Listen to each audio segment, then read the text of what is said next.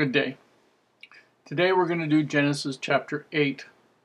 The flood is over and Noah is going to let the animals out and he and his family are going to go out. Chapter 8 verse 1. And God remembered Noah and every living thing and all the cattle that was with him in the ark, and God made a wind to pass over the earth, and the waters assuaged. The fountains also of the deep and the windows of heaven were stopped, and the rain from heaven was restrained, and the waters returned from off the earth continually. And after the end of the 150 days, the waters were abated. And the ark rested in the 7th month, on the 17th day of the month, upon the mountains of Ararat. And the waters decreased continually, until the 10th month. In the 10th month, on the 1st day of the month, were the tops of the mountains seen. And it came to pass at the end of 40 days that Noah opened the windows of the ark which he had made. And he sent forth a raven, which went forth to and fro, until the waters were dried up from off the earth. And he sent forth a dove from him to see if the waters were abated from off the face of the ground. But the dove found no rest for the sole of her foot, and she returned unto him into the ark, for the waters were on the face of the whole earth. And then he put forth his hand and took her, and pulled her in unto him into the ark. And he stayed yet another 7 days, and again he sent forth the dove out of the ark. And the dove came into him in the evening, and lo, in her mouth was an olive leaf plucked off. So Noah knew that the waters were abated from off the earth. And he stayed yet other 7 days, and sent forth the dove, which returned not again unto him any more. And it came to pass in the 601st year, in the 1st month, the 1st day of the month, the waters were dried up from off the earth. And Noah removed the covering of the ark, and looked, and behold, the face of the ground was dry. And in the 2nd month, on the 7th and 20th day of the month, was the earth dried.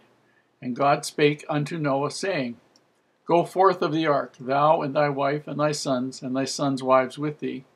Bring forth with thee every living thing that is with thee, of all flesh, both of fowl and of cattle, and of every creeping thing that creepeth upon the earth, that they may breed abundantly in the earth, and be fruitful and multiply upon the earth.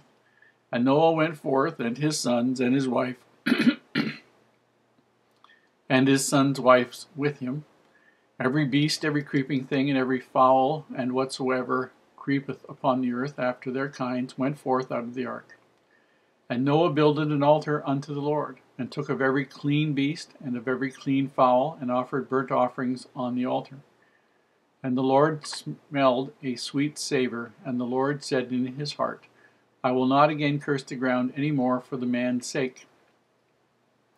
For the imagination of man's heart is evil from his youth, neither will I again smite any more every living thing as I have done. For while the earth remaineth, seed time and harvest, and cold and heat, and summer and winter, and day and night shall not cease. Aye. Now, as happens with all of these chapters, there's a lot of interesting things here, but things that maybe if you're not used to looking for the kinds of things that the Lord has in mind, you might not really understand. First, people ask a lot of times, where did the ark land? And it says in the scriptures, the mountains, plural, of Ararat. Now, I know there's a Mount Ararat, so named, in Turkey, and there are lots of people who think that's the place. There are people who think that they have seen something like the ark trapped up in the ice on a glacier up on the top of the mountain, and but nobody's ever found anything. And all we know is that Moses refers to it as Ararat. We have no idea where it is. None whatsoever. There is no description. There's no location given to us. So all we know is that there's a name, but we don't know where the name is. Just like, for instance, Mount Sinai, no offense to the Egyptians, but if you went to Egypt, they would tell you Mount Sinai is in the Sinai Peninsula. But if you think about it, look at your scriptures, you'll realize something, that Moses, after he left Egypt, went to Midian. Midian is a country to the east of Sinai Peninsula, long ways east. Sinai Peninsula was so inhospitable to man that even in the 1920s, 1930s, the whole thing, 100,000 square miles or so, had only 2,000 inhabitants. You're not going to go from Midian and travel for days or weeks through a rock desert, leave your sheep and all the rest of it to go looking for something. So Mount Sinai is probably not in the Sinai Peninsula, and I suspect that the mountains of Ararat are not Mount Ararat in Turkey either. Second thing for today is to observe the process of what happened. Now, the ark was built like a barge, 450 feet long, 75 feet wide, 45 feet high, approximately. It had no sails, it had no power, it couldn't decide, when Moses couldn't decide where he was going to go, he couldn't sail the thing anywhere. And it went where Heavenly Father wanted it to go.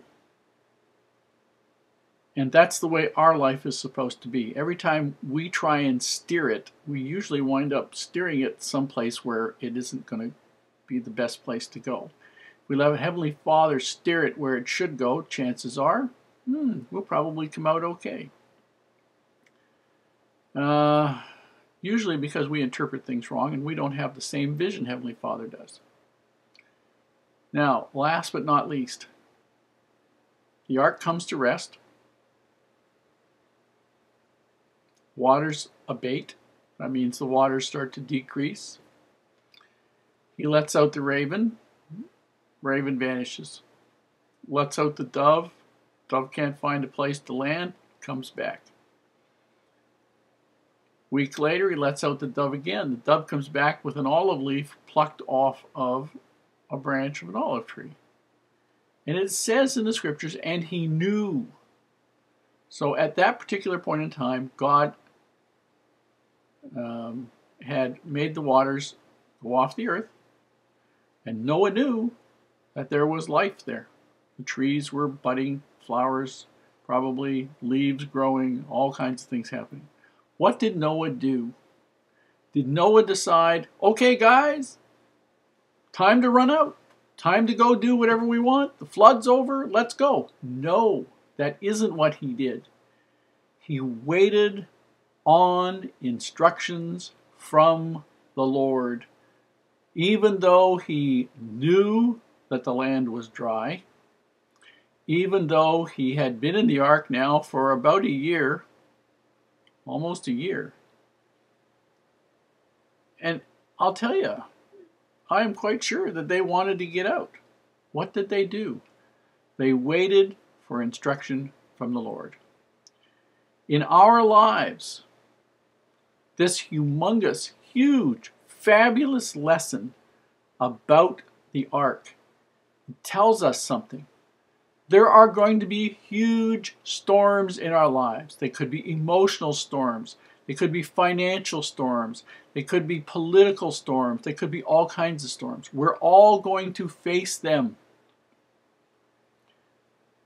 The Lord wants us to build a righteous retreat, not a place to go hide, but righteousness within ourselves so that we can communicate with God, get instructions, do the things that we need to do so that when the storms come, because of the unrighteousness of others, that we will be able to get the instruction and He will be able to bless us so that we will be able to survive the storm. And then when we get to the point where it's time to do something, having survived the storm, we will get the instruction and be able to do it. Interesting lesson from the ark.